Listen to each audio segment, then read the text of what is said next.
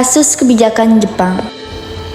Dampak di bidang sosial, masyarakat dijadikan romusa. Rumusa buruh atau pekerja adalah panggilan bagi orang Indonesia yang bekerjakan secara paksa pada masa penjajahan Jepang pada Indonesia dari tahun 1942 sampai 1945. Kebanyakan rumusa adalah petani dan sejak Oktober 1943, pihak Jepang mewajibkan pihak Indonesia menjadi rumusa.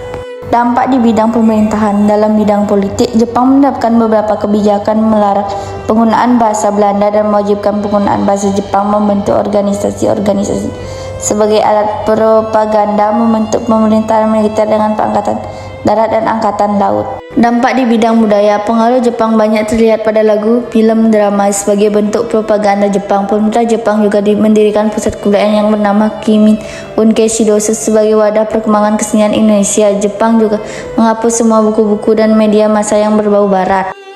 Dampak di bidang pendidikan. Terjadinya berbagai macam bentuk pelarangan dari berbagai macam buku yang menggunakan bahasa Belanda serta bahasa Inggris. Terjadinya masa kemunduran dari sistem pendidikan dan Jepang membentuk banyak organisasi militer. Dampak di bidang militer. Organisasi militer bentukan Jepang adalah Heiho dan Peta. Tetapi organisasi tersebut gagal dan justru dimanfaatkan oleh kaum pergerakan sebagai wadah untuk melakukan pergerakan nasional. Mobilisasi perempuan. Pengertian mobilisasi merupakan kemampuan seseorang untuk bergerak bebas, mudah, teratur, mempunyai tujuan memenuhi kebutuhan hidup, sehat dan penting untuk kemandirian. Latar belakang kebijakan mobilisasi juga dikarenakan posisi Jepang selama perang semakin terdesak oleh kekuatan sekutu di Pasifik.